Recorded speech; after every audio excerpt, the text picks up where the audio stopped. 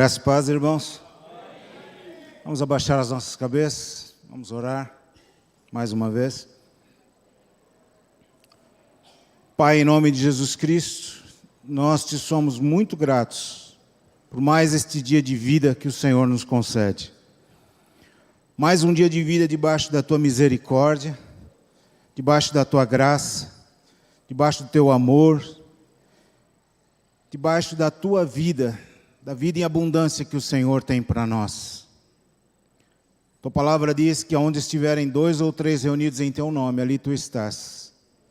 Eu não sei quantos tem reunidos aqui no teu nome, mas eu sei que há um bom grupo, um grupo enorme de pessoas aqui, reunidas em torno deste nome dado acima de todo nome, ao qual todo joelho no céu, na terra e debaixo da terra tem que se dobrar e toda língua tem que confessar que Jesus Cristo é o Senhor, para a glória de Deus Pai. Pai, a tua palavra agora será falada. É a tua palavra, não é a minha palavra. Eu sou apenas um porta-voz. Seja a tua falar. Que as mentes estejam libertas para ouvirem e entenderem a tua palavra.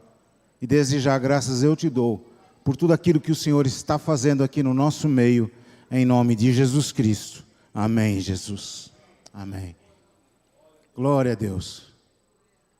Eu quero continuar falando sobre Jesus Cristo e a sua bondade misericordiosa. Nós cantamos aqui esta bondade. Para o homem, é muito difícil entender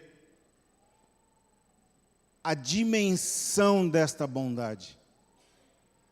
É muito difícil. Nós cantamos, nós clamamos, nós oramos, nós pregamos, mas é muito difícil a gente conseguir medir esta bondade. Principalmente porque nós somos muito racionais. A gente pensa demais. E a gente quer entender tudo com a nossa mente. Nós queremos entender o amor de Deus com a nossa mente. É impossível. É impossível.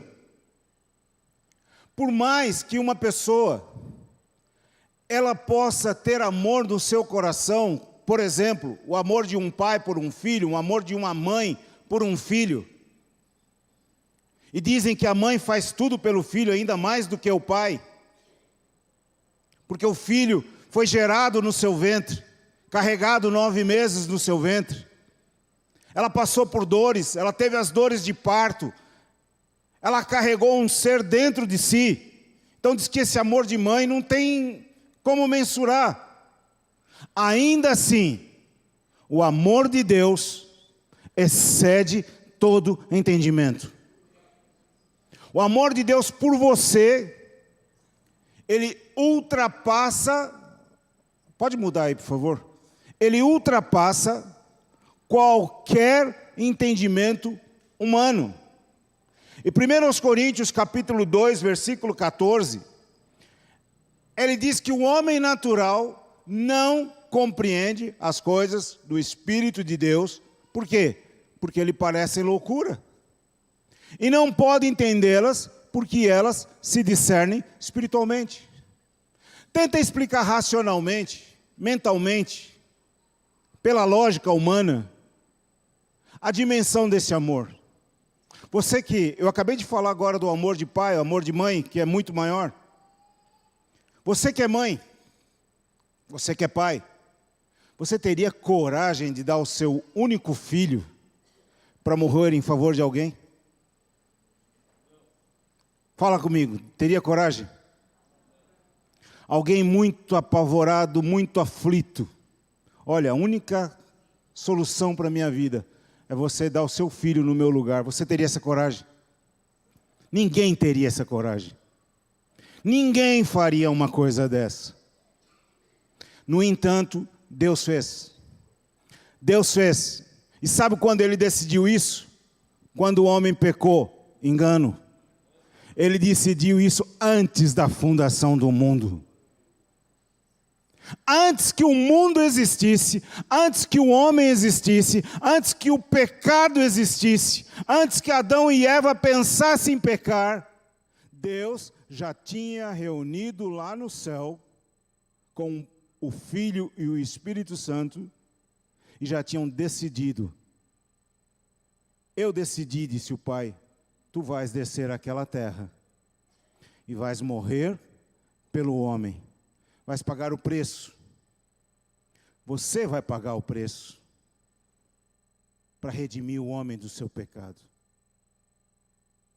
Que coisa impressionante isso. E tem mais. Pode mudar. Com o pecado do homem, a humanidade perdeu a semelhança de Deus. Olha que privilégio que o homem tinha. Eu queria que você parasse um pouquinho para pensar nisso. Quando o homem foi criado, primeiro o homem foi criado, Adão, era um ser inteligentíssimo, uma capacidade imensa. Nós achamos que o homem hoje é inteligente?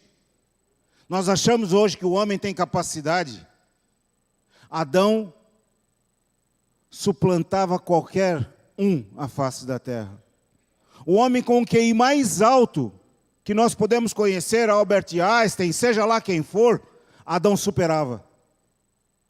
Adão superava. Adão foi criado à imagem e semelhança de Deus. Adão representava Cristo. Ele tinha todo o poder e toda a autoridade em sua mão. Adão não precisava, como nós, de um avião para se locomover. Se Adão quisesse ir para qualquer lugar, ele iria. Ele tinha todo o poder e toda a autoridade. Mas, por engano, preferiu o pecado. E o pecado, sendo consumado, gerou a morte. Então o homem perdeu a semelhança de Deus, perdeu a autoridade, perdeu o poder. O homem não tem mais aquela capacidade que ele tinha, que Adão tinha. Ele perdeu isso. E o homem também não pode salvar a si mesmo. Não tem condições de salvar a si próprio. E a palavra fala no Salmo 49, no versículos de 6 a 8, o seguinte: aqueles que confiam na sua fazenda e se gloriam na multidão das suas riquezas, nenhum deles de modo algum pode remir a seu irmão, ou a si próprio, ou dar a Deus o resgate dele, pois a redenção da sua alma é caríssima, e seus recursos se esgotariam antes. A pessoa mais pobre que tem aqui, a pessoa mais pobre da humanidade, diz a palavra de Deus que a vida dela é caríssima. Um superlativo, caríssima. Olha para a pessoa que está do seu lado. Olha aí. Esposa, olha para o marido. Faz tempo que você não olha para ele. Marido, olha para a esposa. A Bíblia fala que esse ser, que muitas vezes você fala que é chato, chata, né? Me perturba, me incomoda, diz que é caríssimo. Eu também, né? Obrigado, Francisco. Caríssimo. O resgate dessa pessoa é caríssimo. Não há dinheiro no mundo que pague a vida desta pessoa. Não há dinheiro no mundo que pague a minha vida. Não há dinheiro no mundo que pague a sua vida. Eu queria que você hoje chegasse em casa e desse uma olhada no espelho e olhasse com toda a autoridade e dissesse, a partir de hoje, você não é mais um fracassado. Saiba que você é caríssimo. Você é caríssimo. Eu não vou deixar mais me vencer pelo pecado, eu não vou me deixar vencer pela iniquidade, eu não vou deixar me vencer pelos meus desejos, eu não vou me deixar vencer pelos meus medos, porque eu sou caríssimo. Você é caríssimo. Pensa nisso. Quando nós olhamos para o Antigo Testamento, a gente consegue ter uma dimensão da obra que Deus fez por nós. É por isso que a gente estuda o Antigo Testamento. É por isso que nós damos importância ao Antigo Testamento. Porque nós entendemos a dimensão do preço que foi pago por esta vida caríssima. Desde a eternidade, como nós falamos, nós vimos que Deus estabeleceu um plano de uma dimensão imensa,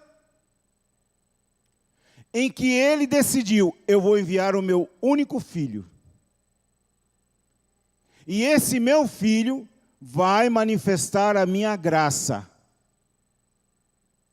Ao manifestar a minha graça, Ele vai anular, Ele vai cancelar o efeito da lei, do pecado e da morte, que o primeiro homem concedeu direito a essa lei. Como que uma lei é feita? Em nosso sistema, os deputados lá em Brasília reúnem e decidem criar uma lei. Conversam, discutem, fazem, até que esta lei é aprovada no parlamento e depois vai para o presidente da República para ser sancionada. O homem não discutiu com ninguém. O homem decidiu criar uma lei. O homem decidiu criar uma lei que era contrária à lei de Deus. E essa lei se chama a lei do pecado e da morte. Ele deu autoridade para que esta lei entrasse em vigor. Foi o homem que deu autoridade para que essa lei entrasse em vigor. A lei do pecado e da morte. E a única possibilidade desta lei ser revogada é que outro homem viesse no lugar. O Adão perfeito, Jesus Cristo. E esse homem perfeito veio e anulou, aniquilou, revogou a lei do pecado e da morte. Quando esta lei foi estabelecida, esta lei do pecado e da morte, ela precisava ser revelada. Porque o homem ainda não tinha consciência da revelação desta lei. Ele estava debaixo do pecado e da morte. Lembre-se que Adão foi expulso, Adão e Eva foram expulsos do paraíso. Já não puderam mais entrar. E por que foram expulsos? Para que não comessem da árvore da vida e vivessem eternamente. Foram expulsos. E aí depois, como Deus tinha o seu plano, tinha o seu projeto, muitos anos depois, Deus enviou um homem chamado Moisés. E esse Moisés, então, estabeleceu uma lei. Esta lei apontava para isto. Era uma lei dada por Deus, entregue pelos anjos, mas esta lei tinha uma função: mostrar que o homem estava condenado nos seus delitos e pecados. E ao tomar conhecimento desta lei, o homem não tinha mais desculpas. O homem passou a ser, como diz a palavra, inexcusável, sem desculpas para Deus. Eu não sabia, eu não tinha conhecimento. Ainda os homens que não tenham conhecimento desta lei, também são inexcusáveis. Por quê? Porque a criação mostra a glória de Deus. O homem não tem desculpas. Então esse Moisés veio e estabeleceu uma lei, e esta lei apontava para o pecado e a morte. Ela mostrava que o homem estava condenado e morto, mas esta lei não era capaz de redimir o homem. Ela só mostrava o problema, mas não dava a solução. Mas tinha uma coisa: esta lei estava de acordo com o propósito eterno de Deus, que sempre indicou e apontou para Cristo. E isto comprova que todo o passado que nós lemos de Gênesis a Malaquias aponta para um único alvo, e este alvo é Cristo. Este alvo é? Você tem medo de falar o nome de Cristo? Este alvo é? A verdadeira luz. Cristo é a verdadeira luz. E o Antigo Testamento é o quê? A sombra. Então, todos os princípios que nós vemos no Antigo Testamento, que são importantíssimos, são extremamente necessários entendermos tudo aquilo que lá está.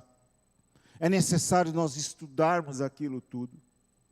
Mas nós entendemos que os seus princípios, histórias, rituais, representavam, como eu já disse aqui muitas vezes, uma maquete, um projeto, uma sombra da luz que deveria vir.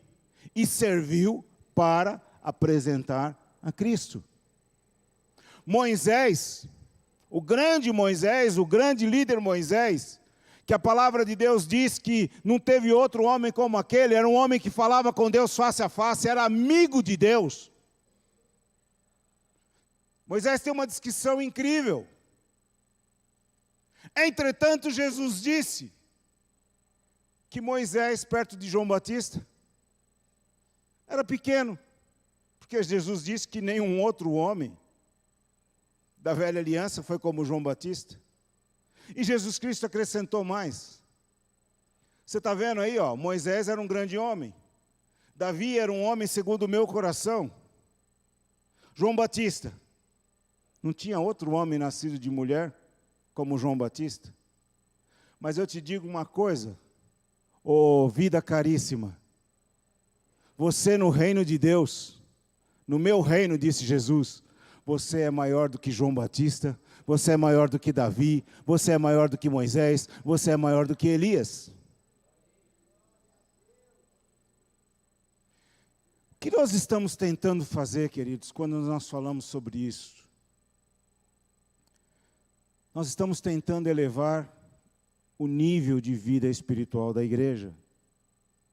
Nós estamos tentando fazer com que a igreja assuma o seu papel, assuma o seu patamar, entenda definitivamente qual é a nossa posição, onde é que nós estamos assentados, onde é que nós verdadeiramente estamos. Onde é que você está sentado? Nesse banco? É aqui que você está sentado? Não, querido, você não está sentado nesse banco.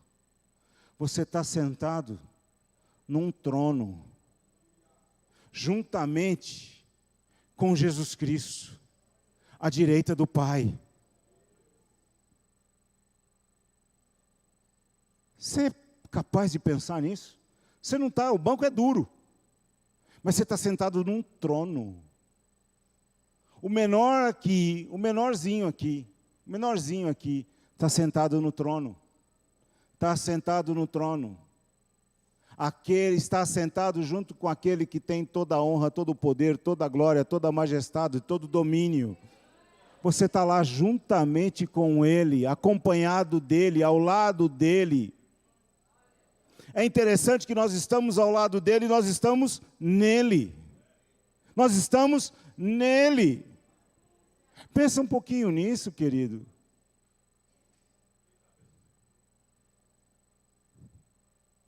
Pastor Nilo está dizendo, não tem cabeça sem corpo. Ele é o cabeça, e nós somos Onde a cabeça vai, o corpo vai junto. Onde a cabeça está, o corpo está. Onde é que a cabeça está? No trono. O corpo está onde? No trono. Onde é que a cabeça está? Em vitória. Onde é que o corpo está? Em vitória. Onde a cabeça está? Viva. O corpo está onde? Vivo. Onde a cabeça está tem pecado? Não, o corpo. Onde o corpo está também não tem pecado. Não somos mais sujeitos a estas coisas. Oh, meus irmãos. Ah, meu Pai. Eu estava pensando que, como eu disse a primeira frase, para um homem é difícil entender essas coisas. E eu tenho pensado nisso, nem eu entendo. A gente não entende. Pastor, que é um homem estudado na palavra, vai entendendo e fica admirado. Eu não sabia isso. Eu prego o evangelho há 60 anos, eu não sabia isso. E a gente vai pensar um pouquinho, não é que não sabia, até sabia. Mas não sabia. Sabia, mas não sabia. A gente tem conhecimento, mas a gente não tem revelação. O problema está aí. Nós entendemos muito. Nós temos muita interpretação, nós sabemos ler, mas nós não compreendemos muitas vezes o que está escrito. Nosso problema é esse, por isso nós padecemos, por isso nós sofremos, por não entendermos o que está escrito na palavra. E o problema é todo nosso, não é de Deus, porque a revelação nos é dada gratuitamente. Gratuitamente a revelação nos é dada. Oh, queridos, que tesouro nós temos. Que tesouro nós temos. Por que havia uma sombra? Porque havia um obstáculo. E este obstáculo era a lei. A luz projetada era Jesus. Mas a lei impedia que o homem fosse atingido por essa luz. Era proposital, claro, era propósito de Deus. E por que motivo? Hebreus fala. Para que eles não fossem justificados sem nós. O que eu quero que você entenda nesta manhã é o privilégio que você, que está sentado aqui neste banco, tem. Eu tenho. Nós somos muito mais privilegiados do que a nação de Israel. Presta atenção nisso. Nós, igreja do Senhor Jesus Cristo, somos muito mais privilegiados do que a nação de Israel. Eu não estou dizendo que a nação de Israel não é abençoada. Eu estou dizendo que nós somos muito mais privilegiados do que ele e somos muito mais abençoados do que aquela nação. Sabe por quê? Porque eles ainda esperam pelo Messias, eles ainda estão se preparando para rituais, eles negaram o Messias, eles negaram o santo e justo, eles negaram a palavra de Deus, mas por causa disso foi aberto para nós o privilégio, o direito de sermos feitos filhos de Deus, a saber, os que creem no seu nome. Você é caríssimo. Você é filho de Deus. Você está sentado onde a cabeça está, no trono. No trono. Enquanto a lei existisse, a graça não poderia ser manifestada. Removido o obstáculo, a graça foi derramada sobre todos os que creram. Diga comigo, sobre todos os que creram. Você creu? Você creu? Diga, eu criei. A graça foi derramada sobre mim. A quem? A todos os que foram chamados à liberdade. Você sabia que você foi chamado à liberdade? Você sabia que você é livre? Você sabia que você é livre? Você sabia que você não é mais escravo do pecado? Você sabia que você não é mais escravo da morte? Sabe aquele negócio que a gente leva para o cemitério? Aquela caixa com um negócio lá dentro? Não é você não. Não é você não. Você está sentado nas regiões celestiais.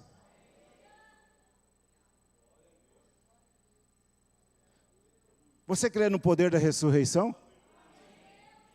Você crê no poder da ressurreição? Bom, um pouquinho crê aqui, né? Pelo menos um pouquinho crê. Nós não morremos. E por que não morremos? Porque a lei foi removida.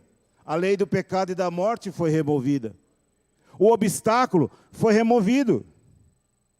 Jesus veio implantar o reino de Deus. Um reino sacerdotal. Já vou falar lá. Está com pressa, homem? Ele veio trazer um reino sacerdotal. Quem? Ele, a obra completa. A luz que refletida era vista pela sombra produzida. Porque a lei era um obstáculo. Quem é ele? Aquele que em todas as promessas que há em Deus, são nele sim e o amém, aquele que é a glória de Deus por nós. Olha, no passado, para olharem para o Senhor, havia uma sombra. Aliás, havia um obstáculo. Eles não poderiam olhar para a luz direto. Por isso que quando Isaías viu o Senhor, Isaías 6, ele caiu. Ele caiu. Ele não aguentou. Só que Jesus veio e disse, e vimos a sua glória como a glória do unigênito do Pai. Ninguém jamais viu a Deus, mas Jesus veio revelar a Deus. Mostra-nos o Pai. Eu estou com vocês há tanto tempo e vocês ainda não viram o Pai? Vocês ainda não viram o Pai? Eu estou no Pai e o Pai está em mim. Queridos, que privilégio nós temos como igreja. Nós vemos o Pai todos os dias. Todos os dias. Pastor, eu nunca vi o Pai. Vê esse Senhor na palavra. Revelado na palavra todos os dias. A não ser que você não abra a palavra. A não ser que você não medite.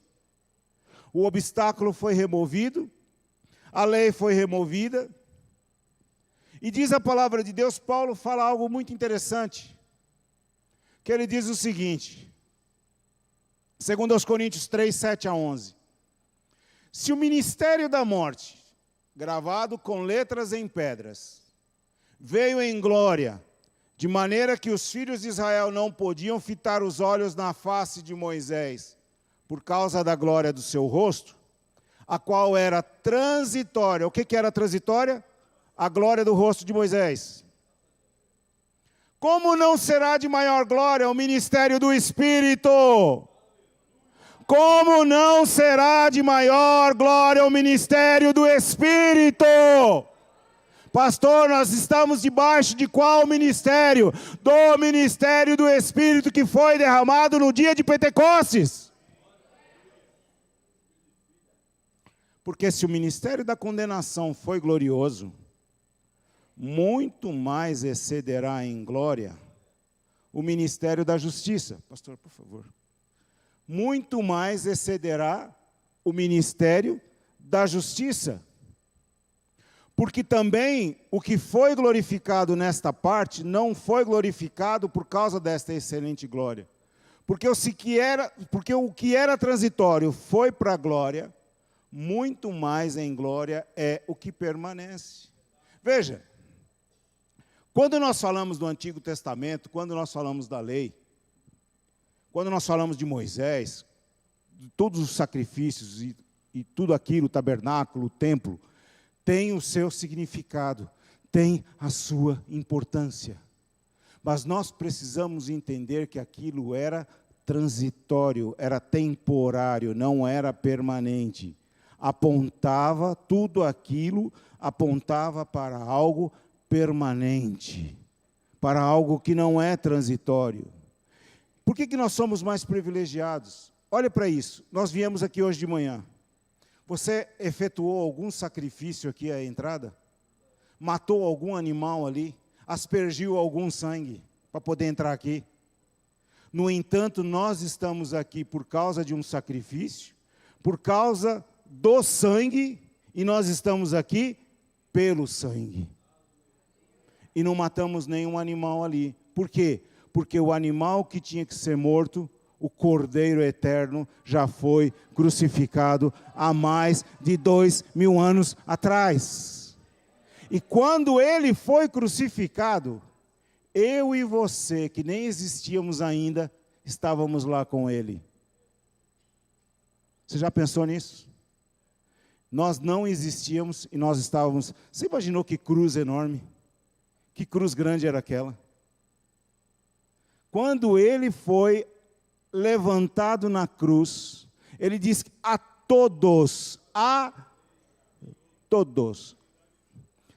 humanidade hoje diz que tem 8 bilhões de pessoas, pois lá naquela cruz, esses 8 bilhões de pessoas estavam lá. E como eu tomo posse disso? Crendo, pela fé. Pela fé, não é por obras, é pela fé. Diga comigo, pela fé. Pela fé. Tão simples, né?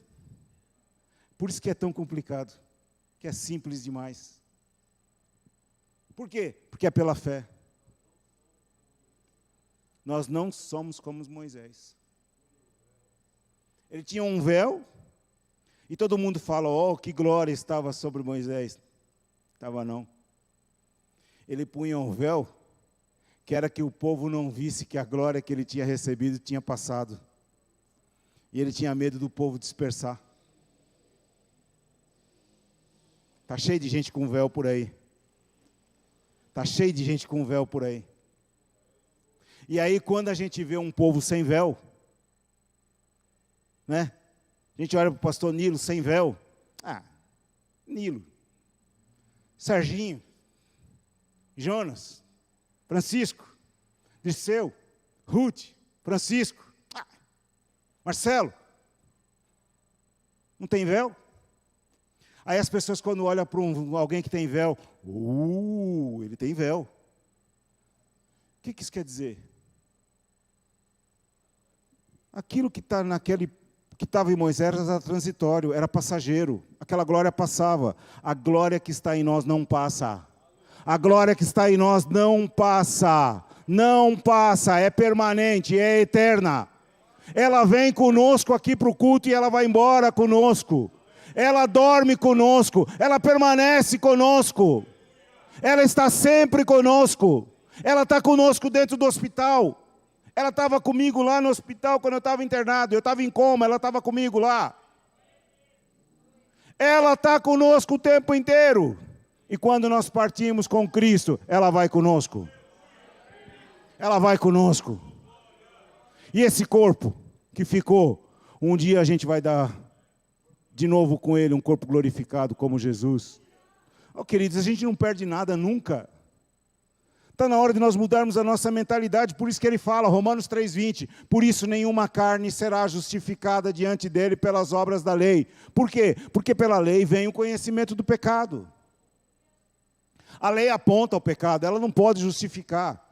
Hebreus 10, 3-4, nesses sacrifícios, porém, a cada ano se faz comemoração dos pecados. Olha que coisa, comemorar pecado. Por quê? Porque é impossível que o sangue de touros e dos bodes tire pecado. O que eles estão fazendo lá em Israel de novo? Eles vão fazer comemoração de pecado. Estão se preparando para comemorar pecado. Romanos 11:6. Mas se é por graça, já não é pelas obras. De outra maneira, a graça já não é graça. E por que motivo? Porque Romanos 3:28 diz, concluímos, pois, que o homem é justificado pela fé, sem as obras da lei. Graça.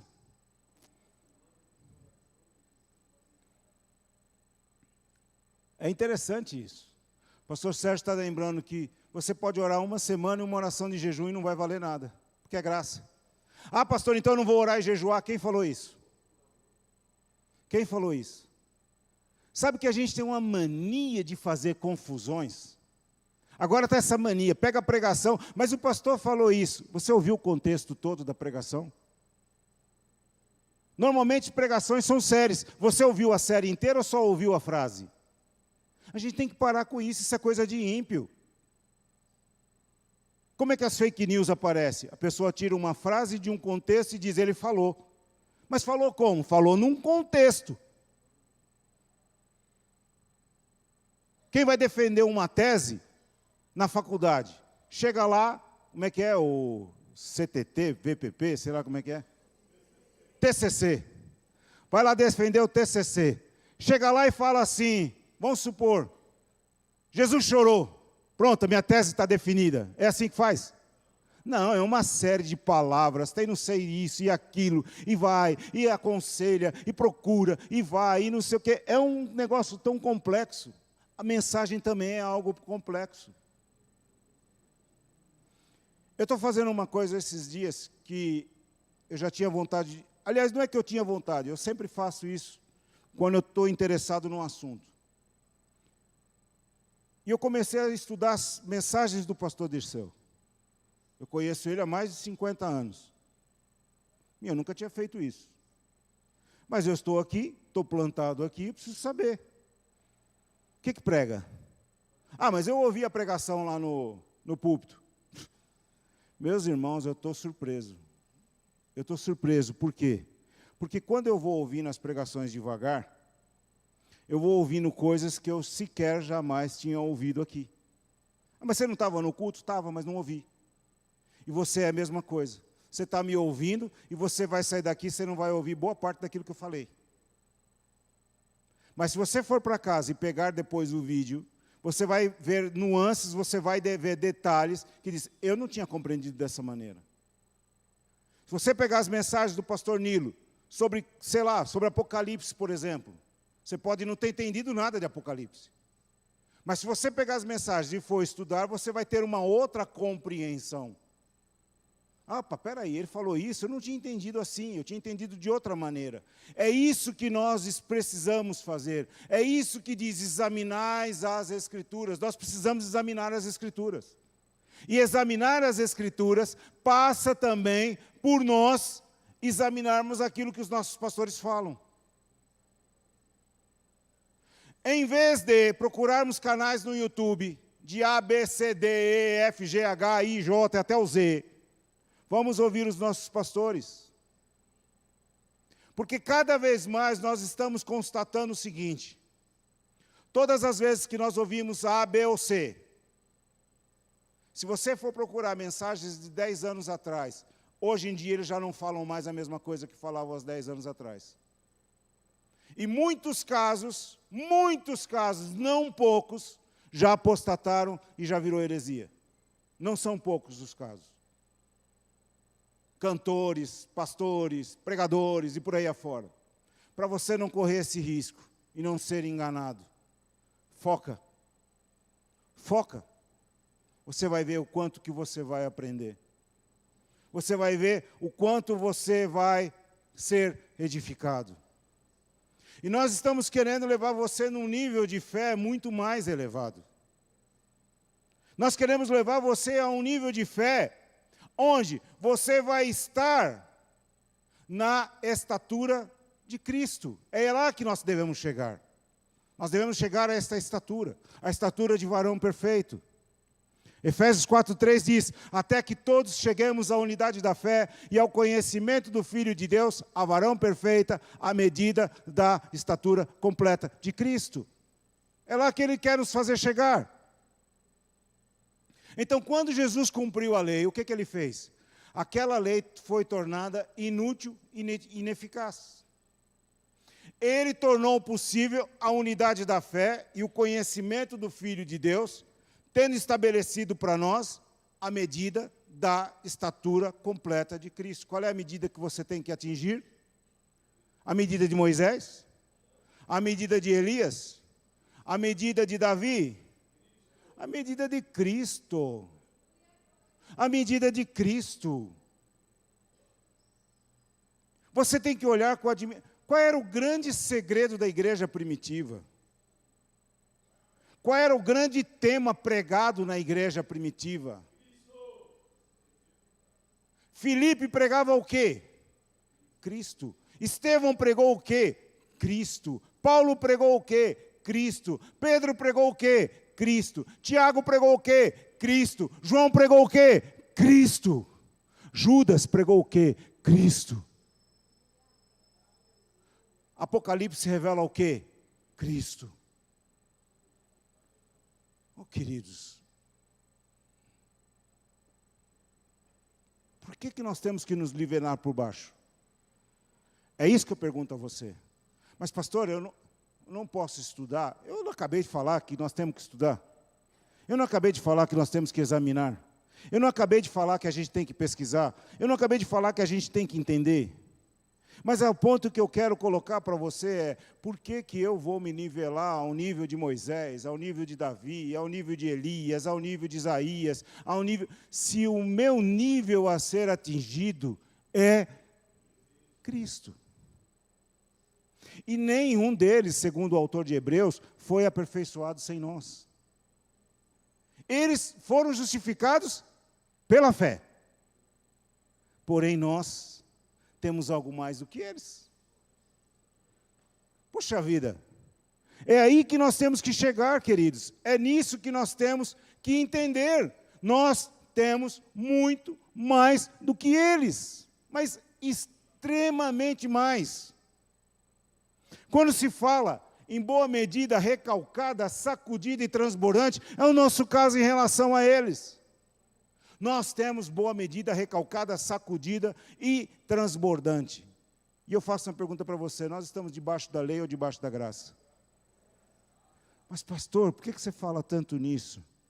Para que nós cresçamos e tomamos posse dos tesouros, dos mistérios de Deus, os mistérios da ciência e da sabedoria, que diz Colossenses 2, que se chama Cristo. Em quem estão todos os tesouros, todos os tesouros da sabedoria e do conhecimento. Adão, eu disse que foi o homem mais inteligente que existiu. Em Cristo, em Cristo, em Cristo. Em Cristo, o nosso nível de inteligência ultrapassa o de Adão. Em Cristo. Você percebeu onde é que você tem que ir? Você percebeu onde é que você tem que estar? Por que nós somos vencidos pelo pecado? Por que somos desanimados? Por que somos vencidos pela doença? Por que nós somos vencidos pelas circunstâncias, queridos? Porque nós insistimos em não permanecer em Cristo. Mas isso não quer dizer que a doença vem. Vem. Eu sou testemunha que vem.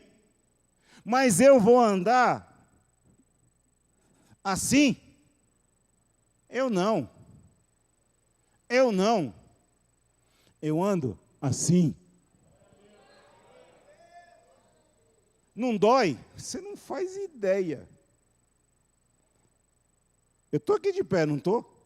Mas por dentro eu estou sentado. A Dalva perguntou, está tudo bem? Não, eu estava ali de olho fechado, ela falou, você está meditando? Eu falei, não, estou medeitado. Que é assim que a gente se sente. Né? Se desse para pregar deitado numa cama, até dava jeito. Né? Mas não. Mas o que é isso? Cristo em nós, a esperança da glória. Nós não nos deixamos abater, seja lá por que circunstância for. E a questão da lei e da graça é algo que muito cristão tem dificuldade de entender. Muito cristão tem dificuldade, afinal nós estamos debaixo da lei, nós estamos debaixo da graça, a graça existe, a lei existe, afinal de contas, como é que é isso, como é que não é? E fazem uma confusão tremenda. E é isso que eu quero tentar, nesses últimos minutos aqui, explicar para vocês. Muito cristão tem dificuldade de entender a relação da lei e a graça. Alguns pensam que a graça anulou a lei, outros pensam que a graça e a lei são completamente opostas. Mas Paulo escreve que o cristão não está mais debaixo da lei, mas debaixo da graça. Por quê? Porque Cristo veio cumprir a lei e veio revogá-la. Aqui algo importante que nós temos que entender. Quando nós estamos falando da lei, que Cristo veio abolir e revogar, Ele não só veio abolir e revogar a lei de Moisés, mas principalmente Ele veio abolir e revogar a lei do pecado e da morte. Aí é que está. A lei, Jesus veio revogar, certo, teólogo? A lei do pecado e da morte. A lei de Moisés, ela apontava, mas ela não era suficiente para perdoar o pecado. Olha que coisa incrível que Jesus veio fazer conosco. Ele veio revogar a lei. Que lei? A lei do pecado e da morte. A lei do pecado e da morte. Em Cristo, o pecado e a morte não têm mais poder sobre nós. O seu poderio acabou em Cristo. Por isso que nós precisamos estar em Cristo, sentados lá com Ele. Lá é a nossa posição. Porque se lá nós estivermos, nada vai nos impedir, nada vai nos derrubar. Então, oi? Foi dada a conhecer em Moisés. Ninguém sabia dessa lei. A lei de Moisés é que normatizou, ou seja, fez com que ela fosse conhecida. Quando você normatiza ou seja, você cria uma norma, você faz conhecida uma regra. A lei do pecado e da morte não era conhecida até Moisés. É isso que Paulo fala muitas vezes. Moisés veio e mostrou para nós que nós estávamos debaixo do pecado. Nós estávamos debaixo da morte. Mas a lei de Moisés não é capaz de apagar isso. Não é capaz de resolver esse problema. Não é capaz. Então Paulo explica, em Gálatas 3, 19 a 26, que ela foi dada para mostrar as coisas que são contra a vontade de Deus. A lei de Moisés foi dada para mostrar aquilo que é contra a vontade de Deus. E essa lei deveria durar até que o descendente de Abraão viesse. Porque quando o descendente de Abraão viesse, ele iria revogar esta lei, iria revogar a origem desta lei, que é o pecado e a morte, e estabeleceria a lei do Espírito e de vida. Oh, glória, isso é graça.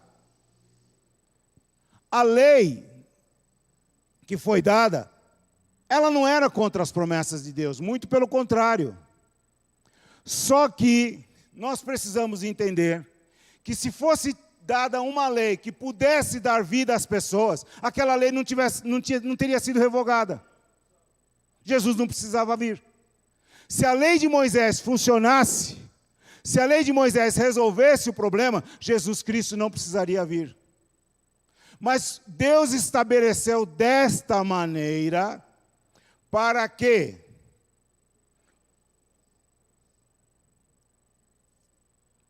no tempo estabelecido por Ele, na plenitude dos tempos, Jesus pudesse vir e cumprir aquilo que foi estabelecido na eternidade. Deus não faz nada de graça. E antigamente, a lei de Moisés restringia a uma única nação. A lei do Espírito de vida não está restrita a uma nação, ela está aberta a toda a humanidade. A todo aquele que crê. A todo aquele que crê. Jesus disse: eu não vim, Mateus 5,17, não cuideis que vim destruir a lei ou os profetas. Não vim abrogar ou anular, mas eu vim cumprir. Romanos 6,14 diz: o pecado não é mais seu senhor, pois vocês já não vivem sob a lei, mas sob a graça de Deus. Olha que interessante isso. A lei de Moisés fazia com que o homem percebesse o que é o pecado e a morte, e mostrava que o homem estava escravo deste pecado e desta morte. Mas, quando esta lei foi abolida, quando esta lei foi tirada, o homem deixou de ser escravo do pecado. Você deixou de ser escravo do pecado e da morte. Você não é mais escravo do pecado e da morte. Diga com toda a sua força: eu não sou mais escravo do pecado e da morte. Você não é mais. Mas o autor de Hebreus, em Hebreus 7, 18 a 19, diz: porque o precedente mandamento é abrogado por causa da sua fraqueza e inutilidade, pois a lei nenhuma coisa aperfeiçoou, e desta sorte é introduzida uma melhor esperança pela qual chegamos a Deus. Nós precisamos entender algo. Jesus disse: eu não vim anular a lei, eu vim cumprir.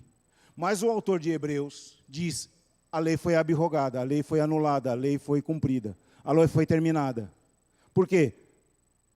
Porque ela era inútil, ela não podia aperfeiçoar absolutamente nada. Entendamos uma coisa: quando Jesus disse em Mateus: eu não vim abrogar a lei, eu vim cumprir, Jesus tinha sido crucificado. Jesus tinha sido crucificado. Quando o Hebreus foi escrito, Jesus já tinha sido crucificado.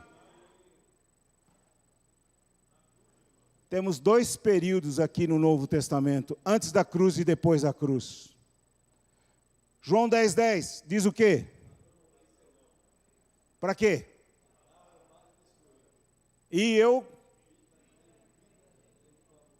Quando Jesus disse isso, foi antes da cruz ou depois da cruz? E depois da cruz, o que ele disse? O diabo está aniquilado, ele tirou as chaves da morte e do inferno, ele aniquilou o que tinha o império da morte. Leia a Bíblia com essa ótica. Leia a Bíblia com esta ótica. Leia a Bíblia com esta ótica, antes e depois da crucificação. Pastor Nilo tem falado muito em interpretação das Escrituras. E eu acrescento, revelação das Escrituras. Interpretação e revelação. Leia antes e depois da crucificação. Não se aprenda, não se prenda, não se detenha somente antes da crucificação. Atenta principalmente, a igreja tem que se atentar principalmente depois da crucificação. Porque o cenário mudou radicalmente. Nós somos vencidos. Presta atenção nisso. Nós somos vencidos porque nós olhamos muito para o passado e deixamos de olhar para depois da cruz. A igreja, o período da igreja é depois da cruz, não é antes. É por isso que nós estudamos antes, para nós compreendermos a chamada que nós temos. Para compreender aquilo que Deus veio fazer conosco, aquilo que Jesus veio fazer conosco. A palavra de Deus diz que a lei, ela tomou conta de nós até que Cristo viesse, para podermos ser aceitos por meio da fé. Agora que chegou o tempo da fé, não precisamos mais da lei para tomar conta de nós, pois por meio da fé em Cristo Jesus, somos filhos de Deus. Diga: eu sou filho de Deus. Fala alto, fala alto, fala alto. Poxa vida. Fala mais uma vez, mas gritando mesmo, assim que nem o pessoal lá gritou nas muralhas de Jericó, vai. Olha que privilégio.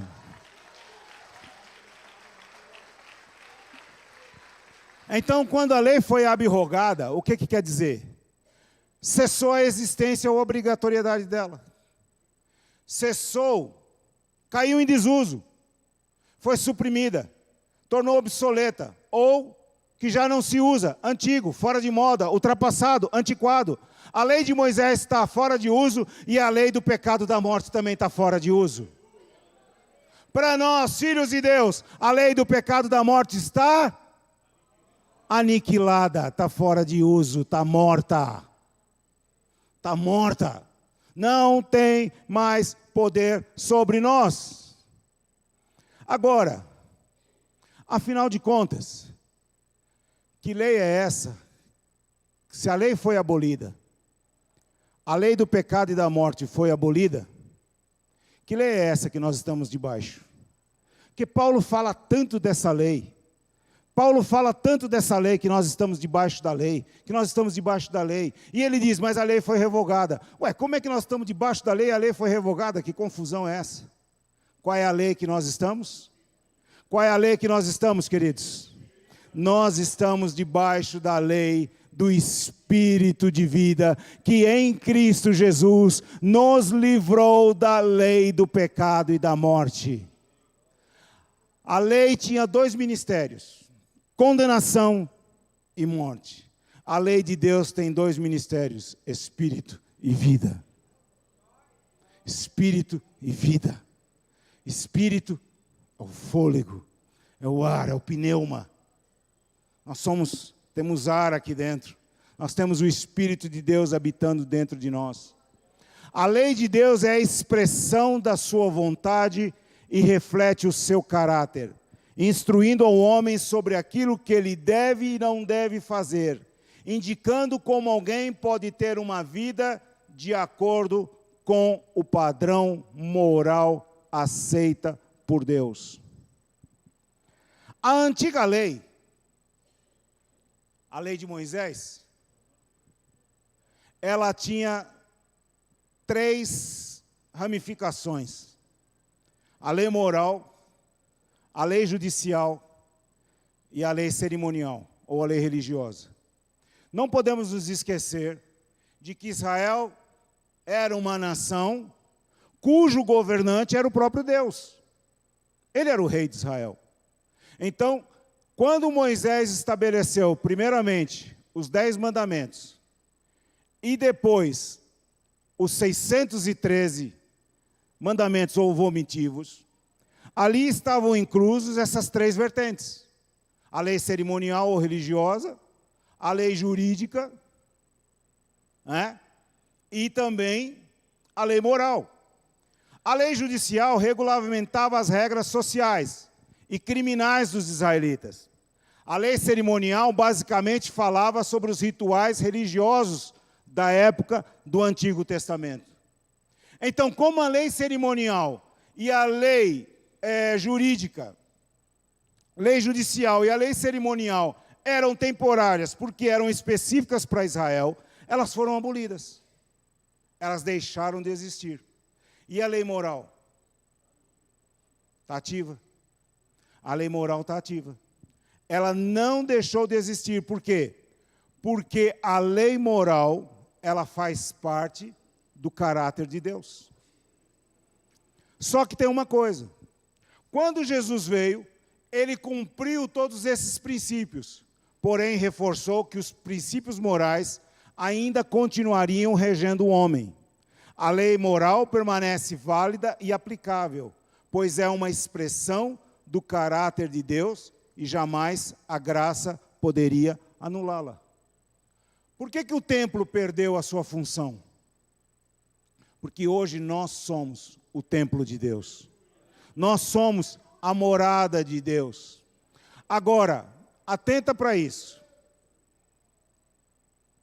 para que não haja confusão. Como Jesus, presta atenção nisso, que isso é importante, porque senão você vai dizer que a gente ainda está debaixo da lei de Moisés. Não, Jesus veio cumprir toda a lei, e ele estabeleceu uma nova lei. Só que a lei moral é uma lei que é eterna, porque ela faz parte do caráter de Deus.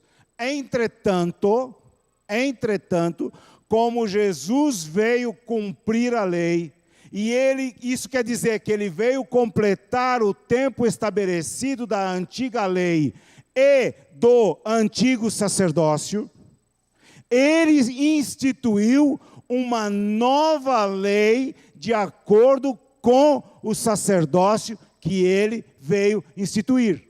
A antiga lei de Moisés acabou. Jesus veio, não mais de acordo com o sacerdócio levítico, Jesus veio de acordo com o sacerdócio de Melquisedeque, e por causa disso, fim do sacerdócio levítico, a lei do passado acabou. Jesus veio, estabeleceu um novo sacerdócio e uma nova lei. Essa nova lei é baseada no princípio moral. Só que tem mais uma coisa. Jesus faz tudo perfeito. Diga, Jesus faz tudo perfeito. E ele aperfeiçoou. Em Mateus 22, 36 a 40, Jesus foi interrogado e perguntaram para ele assim, de todos os mandamentos, qual é o principal? Qual é o mais importante? E Jesus disse, amar a Deus e amar o próximo. Jesus resumiu os 10 mandamentos em 2 mandamentos. Jesus resumiu os 10 mandamentos em 2 mandamentos. Diga comigo, amar a Deus e amar o próximo. E Jesus disse que desses mandamentos depende toda a lei e os profetas. Agora veja o seguinte. Quem ama Deus com tudo o que tem, quer ficar longe dele? Quem ama a Deus com tudo o que tem, vive para agradar a Deus? Vive ou não vive? Claro que sim. É óbvio que sim. E por que nós amamos a Deus? Porque Ele nos amou primeiro. Ele nos amou primeiro. Amar o próximo como a si mesmo significa ter os outros em igual valor, ter o outro em honra. Se amarmos a Deus, também devemos amar aos outros. Logo, os outros mandamentos serão cumpridos nesses 2. Por que motivo? E eu já estou terminando. Amando a Deus, primeiro mandamento, amar a Deus. Lembra dos 10 mandamentos? Olha lá o que ele diz. Amando a Deus, nós não teremos outros deuses além dele. Tampouco faremos espécie alguma de ídolo ou imagem de qualquer coisa no céu, na terra ou no mar. Sequer nos encurvaremos diante deles, nem os adoraremos. Tampouco usaremos o nome do Senhor de forma indevida ou em vão. Afinal, Ele não deixará impune quem usar o nome dele de forma indevida. Ainda guardaremos o sábado, não o dia em especial, mas o princípio do descanso, que está contido no sábado. Mesmo diante de todos os problemas, diante de todo o caos, nós estaremos descansados no Senhor.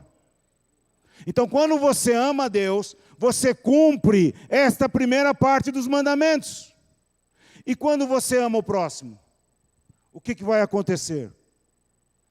Quando você ama o próximo, nós honraremos os nossos pais, não mataremos, não cometeremos adultérios, não roubaremos, não daremos falso testemunho contra o próximo, não cobiçaremos a casa do próximo, não cobiçaremos a mulher ou o marido do próximo, nem os seus servos ou suas servas, nem o seu boi ou jumento, nem qualquer outra coisa que lhe pertença.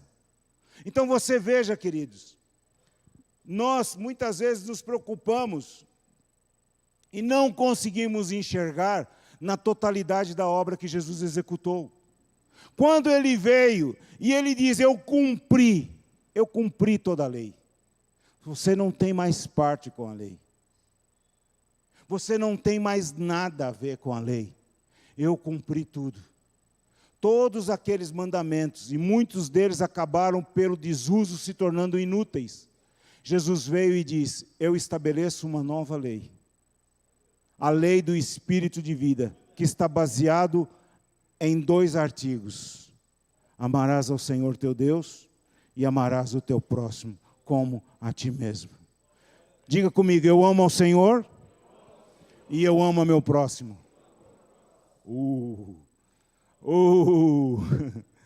Eu amo ao Senhor e eu amo ao meu próximo. Em Ezequiel 36, versículo 26, diz que Deus fez uma promessa. Eu vos darei um coração novo, e porém dentro de vós um espírito novo. Tirarei o coração de pedra da vossa carne, e vos darei um coração de carne. Essa promessa foi cumprida em Jesus Cristo. Jesus Cristo nos deu um novo mandamento, uma nova lei com melhores promessas. João 13, 34 a 35 diz: um novo mandamento vos dou, que vos ameis uns aos outros, como eu vos amei a vós, que também vós uns aos outros vos ameis. Nidos todos conhecerão que sois meus discípulos,